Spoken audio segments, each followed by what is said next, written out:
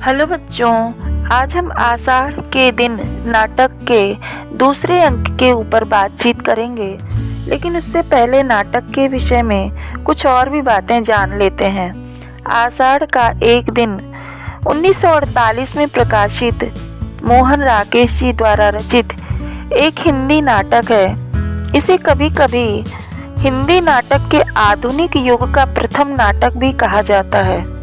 1949 में इसे वर्ष का सर्वश्रेष्ठ नाटक होने के लिए संगीत नाटक अकादमी पुरस्कार से भी सम्मानित किया गया और कई प्रसिद्ध निर्देशक तो इसे मंच पर भी ला चुके हैं।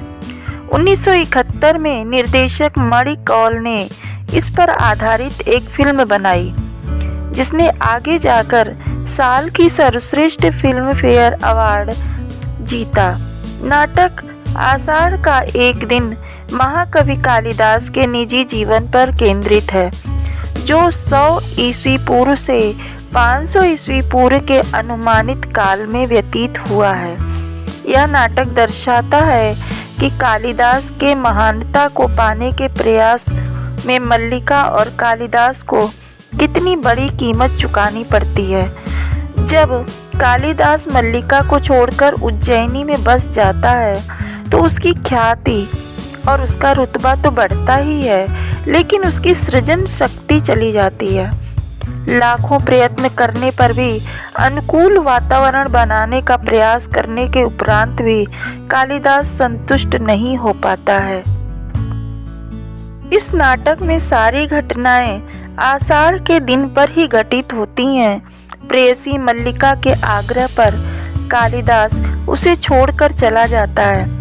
उसे सारी सुख सुविधाएं मिल जाती हैं, परंतु अपने मानसिक द्वंद्व की वजह से उसे कहीं भी शांति नहीं मिलती है।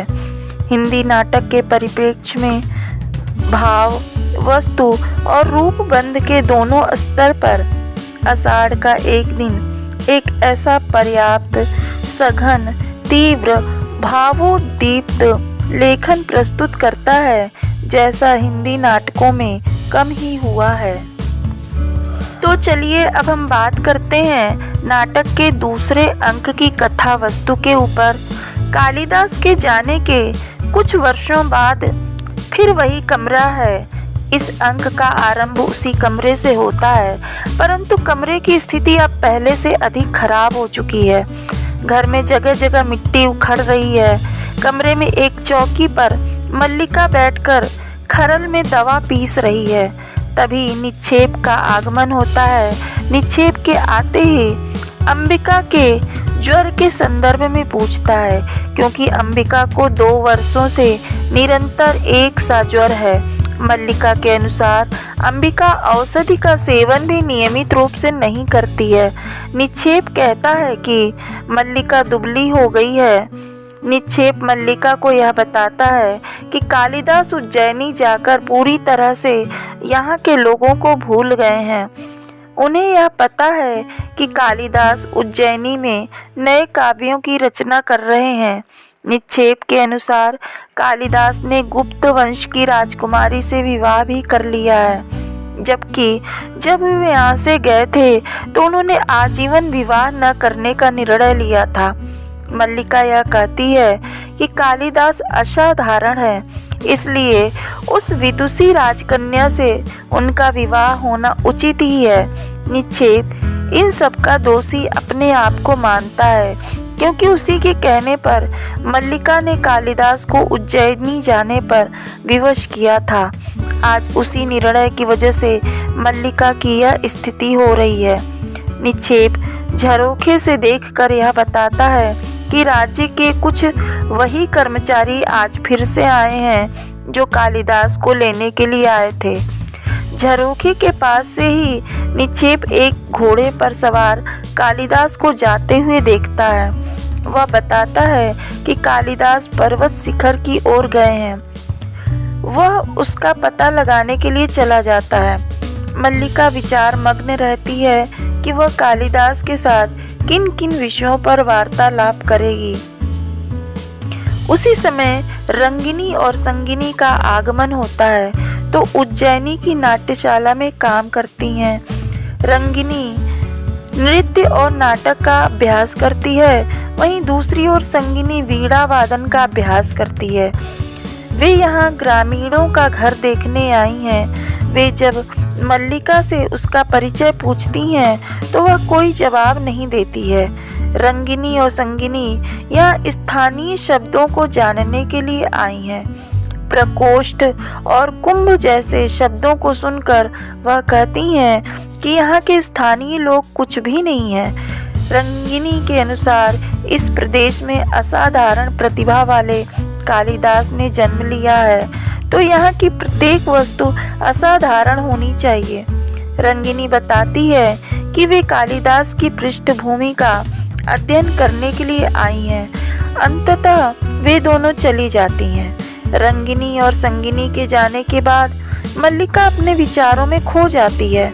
वह यह सोचती है कि आज भी वैसा ही वातावरण है। मैं एक बार फिर प्रेम की वर्षा में भीगूंगी, फिर बताऊंगी कि मैंने तुम्हारी सारी रचनाएं पढ़ी हैं, तुम्हारी नई रचनाओं के लिए पृष्ठ तैयार किया है। मल्लिका इन्हीं विचारों में खोई रहती है। तभी दरवाजे पर दस्तक होती है। मल्लिका दरवाजा खोलती है तो अनुनासिक और अनुस्वार नामक 2 अधिकारियों का प्रवेश होता है। अनुस्वार बताता है कि ऋतुसंहार, कुमार संभव, मेघदूत और रघुवंश के प्रणेता, कश्मीर के भावी शासक मातृगुप्त की पत्नी प्रियंगु मंजरी आपसे मिलने के लिए उत्सुक है। हम इसकी सूचना देने के लिए आपके समक्ष उपस्थित हैं। मल्लिका समझ नहीं पा रही थी कि इन ग्रंथों की रचना तो कालिदास ने की थी, ये किसका नाम ले रहे हैं। अनुस्वार द्वारा पता चलता है कि मातृगुप्त उन्हीं का नया नाम है। अनुस्वार और अनुनासिक प्रियंगु मंजरी के आगमन से पूर्व उनके स्वागत के लिए घर के उस कमरे की साज सज्जा को ध्यान में रखकर कुछ परिवर्तन करना चाहते हैं। वे दोनों अधिकारी प्रकोष्ठ में आकर वस्तुओं का बारीकी से निरीक्षण करते हैं। वे सर्वप्रथम आसन को लेकर आपस में बहस करते हैं और दोनों के दृष्टिकोण बिल्कुल अलग हैं। अतः विवादित विषय के कारण उसे यथावत रखने का निर्णय लेते हैं। इसी प्रकार कुंभ, वस्त्र सूखने की रस्सी, बर्तन, चौकी और चूल्हे आदि के संदर्भ में भी यही होता है। और अंत में वे चारों ओर एक प्रकार से फिर से दृष्टि डालने का विचार करते हैं। तभी मातुल का उत्तेजित स्वर सुनाई देता है। मातुल अधिकारियों को बताता है कि देवी प्रियंगु मंजरी बाहर पहुंच चुकी हैं और अब वह अंदर आना चाहती हैं। यह सुनकर वे दोनों मातुल के साथ ही बाहर चले जाते हैं।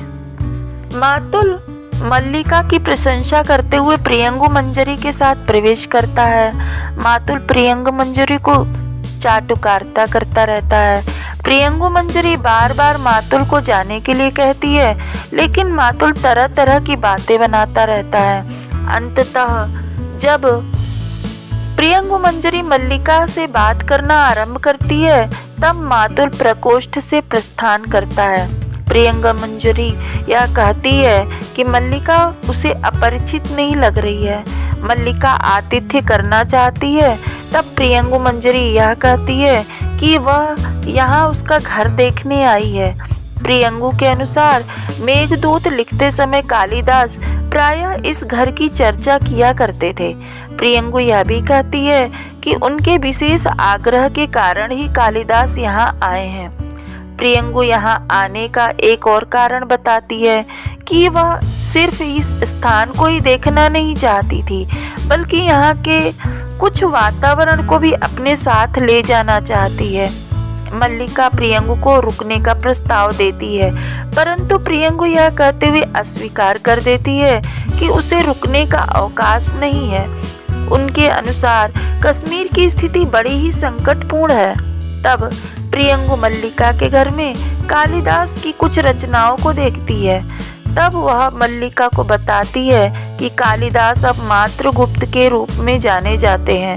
वह यह भी कहती है कि कालिदास यहाँ के जीवन की चर्चा करते हुए आत्मविस्मृत हो जाते हैं तथा उनका अधिकतर समय केवल इसी प्रयास में लग जाता है कि वह राजनीति की तरफ कदम बढ़ा के पीछे ना हट जाएं। इन्हीं कारणों के कारण यहाँ का वातावरण अपने साथ ले जाना चाहती है, कुछ हरिण शावक वनस्पतियाँ आदि।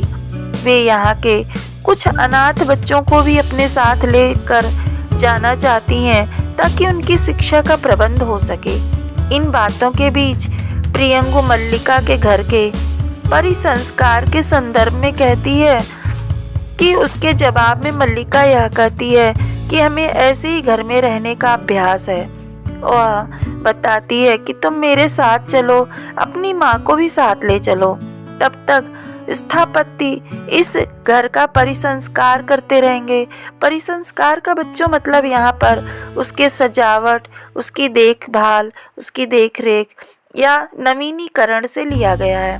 परंतु मल्लिका प्रियंगु के इस प्रस्ताव को बड़ी उदारता से अस्वीकार कर देती है। प्रियंगु यह भी प्रस्ताव रखती है कि 2 अधिकारी घर का निरीक्षण करने के लिए आए थे, तुम उनमें से किसी एक के साथ विवाह कर लो। मल्लिका यह निवेदन करती है कि आप विवाह की चर्चा छोड़ दीजिए। इसी समय अंबिका उनकी तरफ आती है।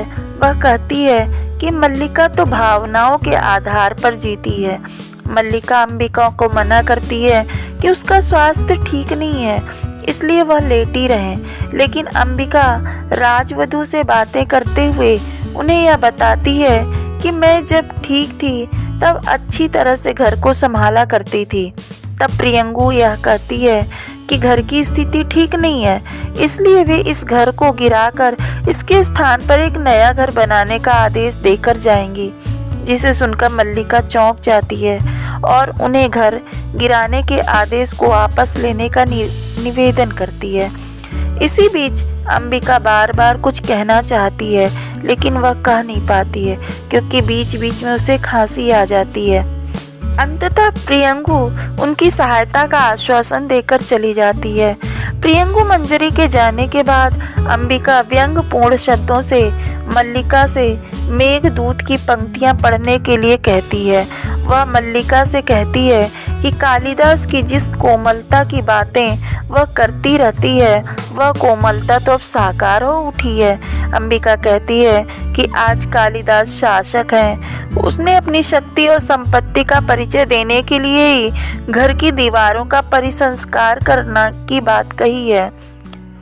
मल्लिका की माँ से उसे इस विषय में बात करती है, तभी विलोम बाहर से आ जाता है। विलोम के आते ही अंबिका से यह कहता है कि तुम क्यों नाराज हो।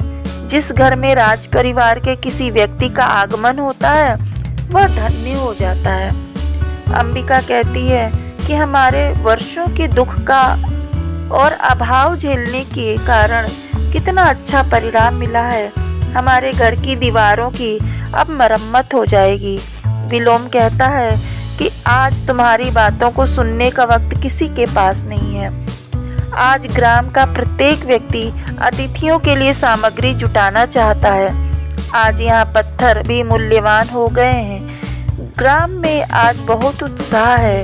राजकन्या अपने साथ हरिण शावकों को ले जा रही है। हरिण शावक मतलब हिरणों के बच्चे।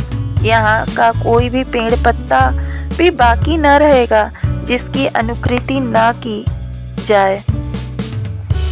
विलोम की इन बातों को सुनकर मल्लिका कहती है कि इसके पीछे भी कोई दूसरा प्रयोजन भी हो सकता है। विलोम कहता है कि यहाँ की हर चीज उनके लिए विचित्र उदाहरण की भांति है। एक कलाकार यहाँ की धूप में अपनी छाया को रेखांकित कर रहा है। इसी बीच अंबिका कुछ कहती है और उसे खांसी आ जाती है। विलोम बताता है कि कालिदास ने यहाँ आना उचित नहीं समझा।